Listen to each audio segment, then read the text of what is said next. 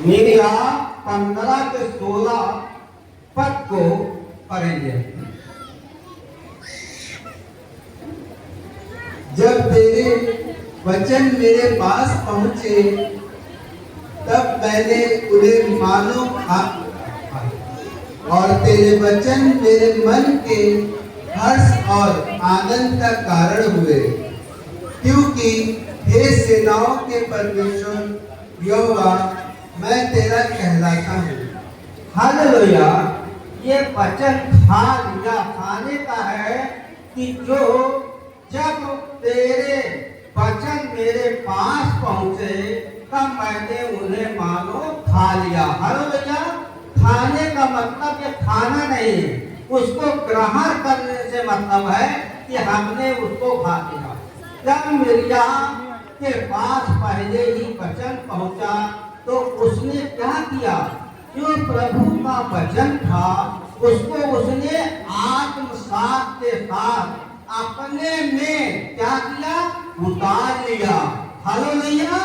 इसी प्रकार से हम लोगों के पास जब पहले मैं संसार में थे, सांसारिक कार्यों में बिजी थे और मैं वचन को नहीं जानता था, तब मैं प्रभु के पास आया तो ये जब यहाँ पे पास्टर जी वचन कहते थे तो हम लोग क्या करते थे? वचन को ध्यान से नहीं सुनते थे और न वचन पे चलते थे। आज भी कुछ लोग ऐसे हैं जो अगर पूछा जाए कि वचन आज का क्या है तो वो कहेंगे बहुत अच्छा वचन है, परंतु वो जो आत्मिक रोटी वचनों के द्वारा हमको मिलती है उसको हम सही ढंग से अपनी आत्मा में, अपने दिल में नहीं उतारते हैं और उन पापों को नहीं छोड़ते हैं कि जो हमारे अंदर पहले ही भरे हुए हैं, जो लेकर के आते हैं।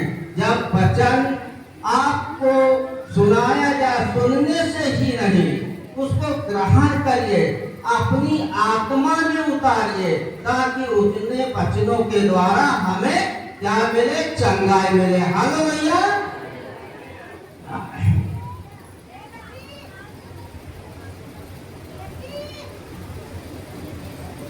हर्ष और आनंद, ये वचन में हर्ष और आनंद। जब हम प्रभु के धाम में आएंगे तो क्या करेंगे? पहले हमको क्या करना चाहिए? पापों को छोड़ना चाहिए और बुराई ईर्ष्या को दूर करना चाहिए। तब हम वचनों को क्या करेंगे? सुनेंगे, हक के साथ उसको ग्रहण करेंगे, तब हमको चंगाई मिलेगी। यदि हम अपने अंदर द्वेष भावना भरे रहेंगे और वचन सुनाने वाला, कहने वाला सुनता रहेगा, उस पे हम ध्यान नहीं देंगे, तो उस वचनों से हमें कोई लाभ नहीं होगा।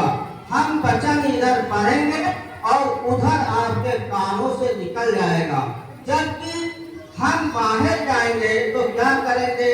जा करके दुकान पे जाएंगे, कहीं समोसा खाने लगेंगे, कहीं कुछ करने लगेंगे, परंतु जो वचन आज हमारी आत्मा में उतरा हुआ है और दिया गया है उसको हम क्या करें?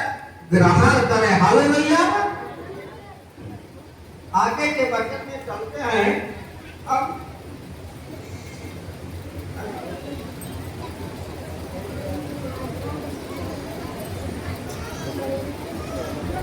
तो बुद्धियों चार का चार और उन अविश्वासियों के लिए जिनकी बुद्धि इस संसार के ईश्वर ने अंधी कर दी है, ताकि मसीह जो परमेश्वर का प्रतिरूप है उसके तेजोमय सुसमाचार। हालेलुया। और उन अविश्वासियों के लिए जिनकी बुद्धि को इस संसार के परमेश्वर अंधी कर दी है, माने उन विश्वासियों के लिए जो हम लोग संसार की ईर्ष्या द्वेष के रूप में प्रभु ग्रहण करते हैं, ग्रहण है हमारे अंदर। वो कौन है? वो शैतान है जो हम लोगों को अविश्वासियों के लिए, जो विश्वास प्रभु पे विश्वास नहीं करते हैं, उनको वो शैतान क्या करता है? अंधा कर देता है, वो सही मार्ग पे चलने नहीं देता है, क्योंकि वो शैतान हमारे सामने आ जाता है, हमारी आंखों के सामने कुछ दिखाई नहीं देता है, क्योंकि वो पापों से हमें छुटकारा नहीं देने देता है, और ना तो हम वचनों की तरफ ना किसी की तरफ वो शैतान हमें रास्ते में रोड़ा बना देता है, क्योंकि वो अविश्वासी है, वो परमेश्वर के वचनों की तरफ हमें जाने नहीं देता है, क्योंकि वो शैतान पहले ही हमें सांसारिक माने सांसारिक रूपी परमेश्वर जो शैतान होता है उसमें हमें भ्रमित कर देता है। हालेलुया।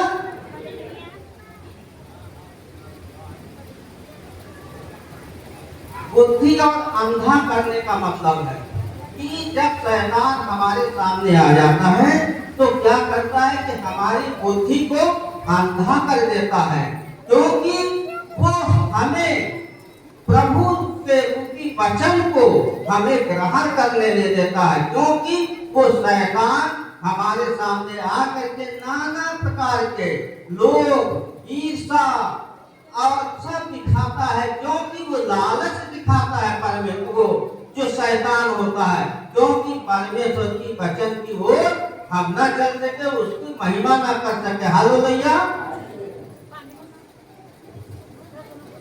याकूब उसका 1:21 पर, इसलिए मलिनता और उस वचन को नम्रता से ग्रहण कर लो जो हृदय में बोया गया। हालेलुया। इसका मतलब है कि सारी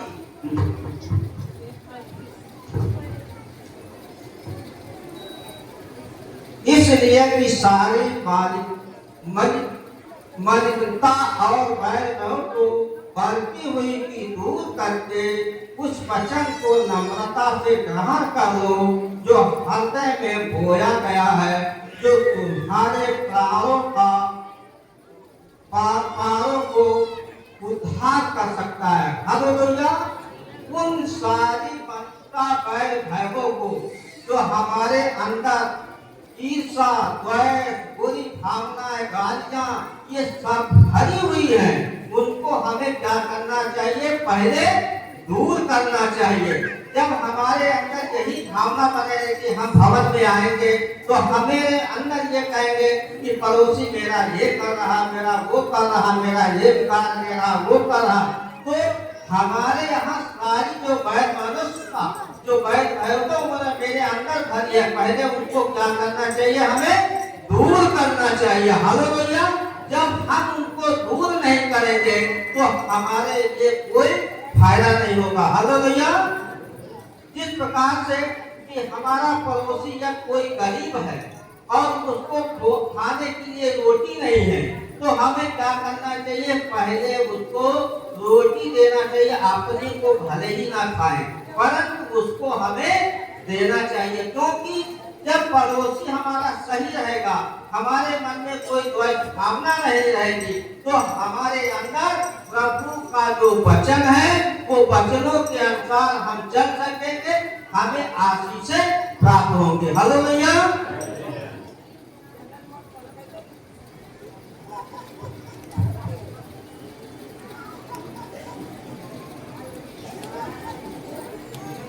भजन संहिता 119 का 9 पद।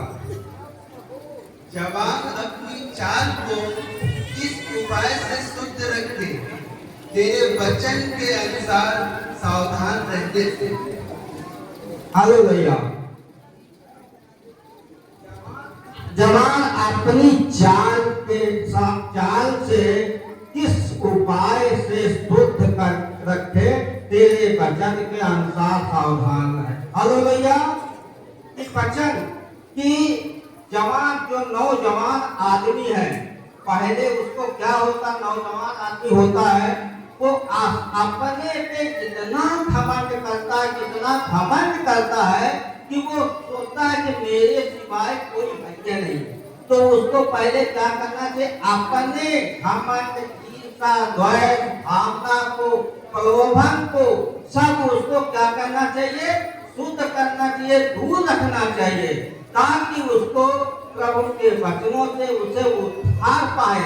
जिस प्रकार से एक उदाहरण है कि कोई कर्मचारी या आदमी नौजवान किसी ऑफिस में काम करता है, तो वो क्या करता है कि ऑफिस के कुछ लोगों के साथ बुरी संगत में फंस करके वो क्या करता है, गलत काम करने लगता है। हालेलुया। क्योंकि उसके पास मेरे प्रभु का वचन नहीं है, इसलिए वो गलत काम कर रहा है। तब वो जब प्रभु के भवन में आता है, वो कर्मचारी यदि किसी के बुरे संगत में बातचीत करता है, तो वो वचनों को याद करता है कि अरे मुझे माने कोई गलत काम नहीं करना चाहिए। जो जांच बीची करना चाहता है, तो वो क्या करेगा, प्रभु के जब वचन उसके आत्मघात माने दिल में, आत्मा में उतरे हुए हैं, तो उसी वचन को याद करेगा, वो गलत काम से अपने को क्या कर देगा, इनकार कर देगा, उधर की तरफ ही ध्यान नहीं देगा। हालेलुया। उसी प्रकार से हम लोगों को भी यही चाहिए कि जब हमारे पास प्रभु का वचन हमारी आत्मा में उतर जाए और गहराई के साथ, और तब हमें क्या करना चाहिए, किसी के साथ विश्वासघात नहीं करना चाहिए और प्रभु पे विश्वास रख करके हमें सारा काम करना चाहिए। उसे हमें क्या होगा, उद्धार मिलेगा, वचनों के द्वारा उद्धार मिलेगा। ये नहीं कि हमने वचन इस कान से सुना और कुछ कान से निकल दिया तो हमें कोई लाभ नहीं मिलेगा। हालेलुया।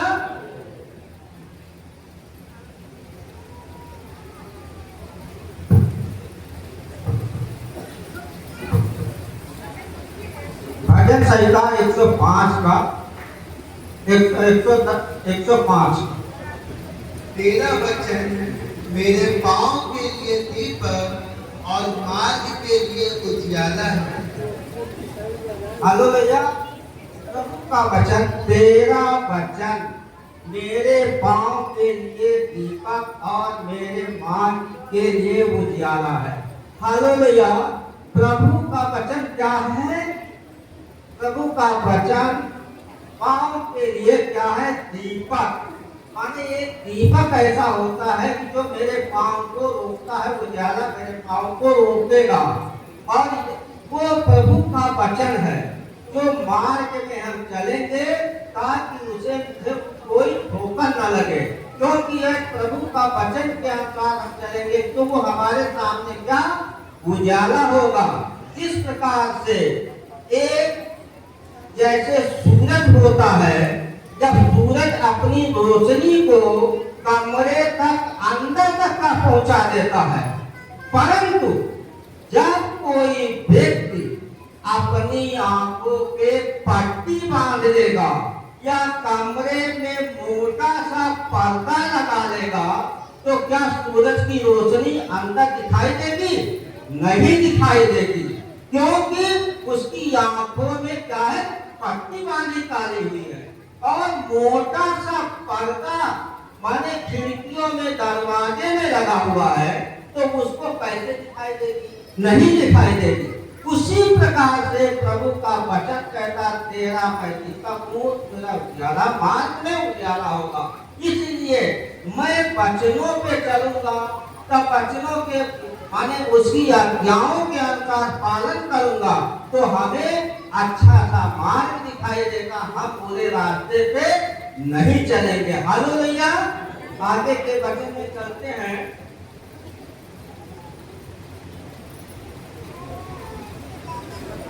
प्रकाशित वाक्य 10:9।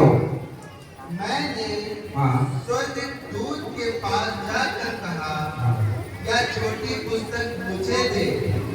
उसने मुझसे कहा, ले इसे खा ले, क्या तेरा पेट कड़वा तो करेगी, पर तेरे मुंह में मधु सी मीठी लगेगी। हालेलुया। ये पुस्तक लेना माने पुस्तक लेने का मतलब है यूहन्ना जब स्वर्गदूत के पास गया तो स्वर्गदूत ने क्या कहा, ये पुस्तक ले ले। माने पुस्तक लेने का मतलब है पुस्तक, छोटी सी पुस्तक दे दिया, उसको कहा कि ये पुस्तक ले ले।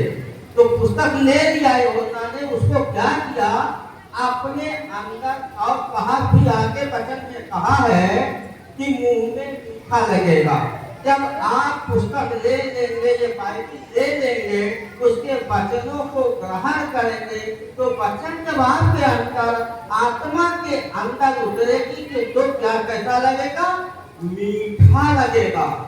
वो वचन कैसे लगेगा, मीठा लगेगा। जब आपके अंदर उतर जाएगा वचन तो आपको कितना अच्छा लगेगा, मीठा लगेगा। जब बहुत अच्छा वचन है, हमें बहुत शांति मिलती है, मुझे ये हो गया, मुझे वो। परंतु बाद में क्या होगा, वो कड़वा लगेगा। वचन कह रहा बाद में तुम्हें कड़वा लगेगा। तो कड़वा का मतलब क्या है कि आत्मा के अंदर तो मेरे वचन उतर गया है, मैं वचनों पे चलने के लिए तैयार हूँ, परंतु शैतान हमें क्या कर रहा है कि जो हमारे अंदर जो पाप भरा हुआ है, वो उसको निकालने के लिए मुझे बड़ी कठिनाई होगी, क्योंकि मुझे रोकना पड़ेगा, क्योंकि वचन मेरे अंदर है, मैं वचनों के अनुसार चलूंगा, प्रभु की आज्ञाओं को पालन करूंगा। इसलिए मुझे ये जो मैं अभी तक का पहले था सांसारिक उसमें पड़ा था, एक ने गाली दिया तो गाली का जवाब मैंने तुरंत गाली दिया, उसने चाटा मारा तो मैंने चाटा मारा। ये सब हमको छोड़ना पड़ेगा। इसलिए ये वचन को बांधने कैसा लगेगा, कड़वा लगेगा। हालेलुया। कितना है प्रकाश की बात, फिर उसका आगे का ही है। अतः मैं वह छोटी पुस्तक उस स्वर्गदूत के हाथ से लेकर आ गया। वह मेरे मुंह में मधु सी मीठी तो लगी, पर जब मैं उसे खा गया तो मेरा पेट कड़वा हो गया। हालेलुया। कि एक पुस्तक खाने का मतलब है कि पुस्तक भोजन करके नहीं खा गए, परंतु वो परमेश्वर का वचन है जो यूहन्ना ने उसको क्या किया, जब स्वर्गदूत से लिया था, उस वचनों को क्या किया, आत्मसात के साथ, गहराई के साथ अपने अंदर क्या किया, उतार दिया और उसको ग्रहण कर लिया। तब उसको क्या लगा, माने मीठा लगा। फिर आगे है कि चल करके मुंह में मीठा लगा। तो वो वचन क्या हुआ, जो वचन यूहन्ना के अंदर गया तो वो क्या किया, वचन बहुत अच्छा लगा, मीठा लगा और उसको ग्रहण किया।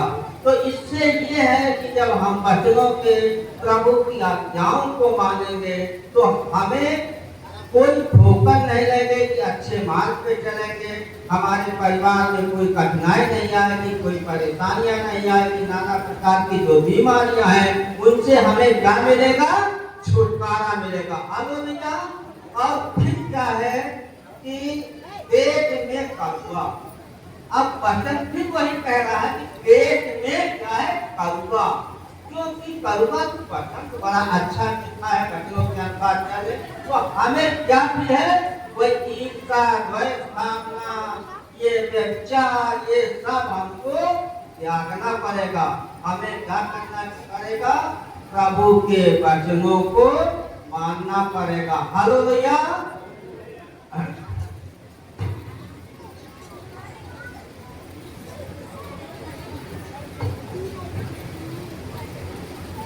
मत्ती 4:4। यीशु ने उत्तर दिया, लिखा है, मनुष्य केवल रोटी ही से नहीं परंतु हर एक वचन से जो परमेश्वर के मुख से निकलता है जीवित रहेगा। हालेलुया। मनुष्य केवल रोटी से ही नहीं परंतु हर एक वचन से परमेश्वर के मुख से निकलता है वो जीवित रहता है। शरीर को बनाए रखने के लिए हमें क्या चाहिए? भोजन चाहिए। तो जिस प्रकार को शरीर को बनाने के लिए हम अपने शरीर को क्या करते हैं? नाना प्रकार के व्यंजनों को खा करके शरीर को क्या करते हैं? हष्ट पुष्ट बनाते हैं कि हमें तगड़ा हो जाए। कहना अरे पतला तो देखो फलाना है, बड़ा पतला दुबला है, अब ये मेवा खाएंगे, ये खाएंगे, वो खाएंगे ताकि मेरी ताकत और बचा, मैं मोटा हो जाऊंगा। हेलो भैया, तो इससे नहीं।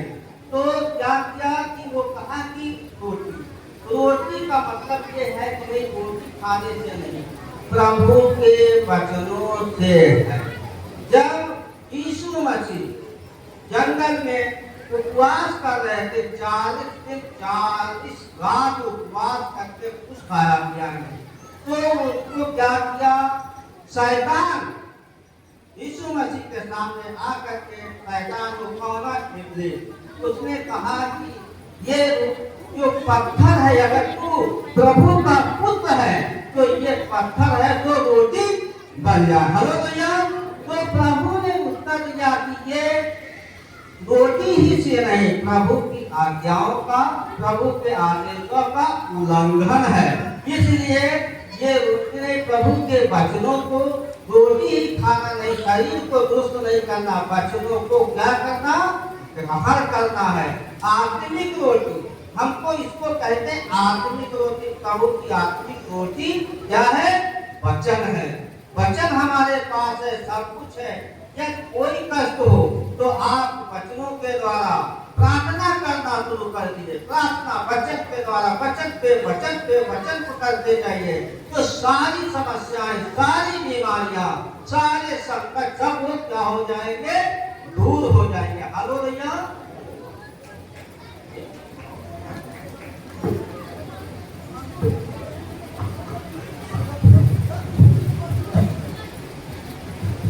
यूहन्ना उसका 6 अध्याय और 35 पर यीशु ने उनसे कहा, जीवन की रोटी मैं हूँ, जो मेरे पास आता है वह कभी भूखा ना होगा, और जो मुझ पर विश्वास करता है वह कभी प्यासा ना होगा। हेलो भैया, ये जीवन की रोटी मैं हूँ, माने जीवन की रोटी मतलब से फिर वही चीज है कि जो भोजन से संबंधित है, शरीर को दुष्ट बनाने के लिए भोजन की रोटी। तो रोटी खाने से ही नहीं, परंतु परमेश्वर की विश्वास पर आत्मा की रोटी, आत्मिक रोटी खाने से है। उसको हम खाएंगे तो मेरे को क्या करेगा? तंदुरुस्ती मिलेगी वचनों के द्वारा, और मुझे भूख प्यासा ना लगेगा। ये वचन में भूख प्यासे का मतलब ये है कि भूख नहीं लगेगी या पानी प्यास नहीं लगेगी, वो सब कुछ होगा। भूख लगेगी, प्यास लगेगी, परंतु जब हम परमेश्वर के वचनों के अनुसार उसकी आज्ञाओं का पालन करेंगे तो हमें क्या? जीवित रहेंगे, हमें वो कभी भूख नहीं लगेगी। हालो भैया, इन्हीं वचनों के साथ आप लोगों को सबको आशीष मिले। जय मसीह।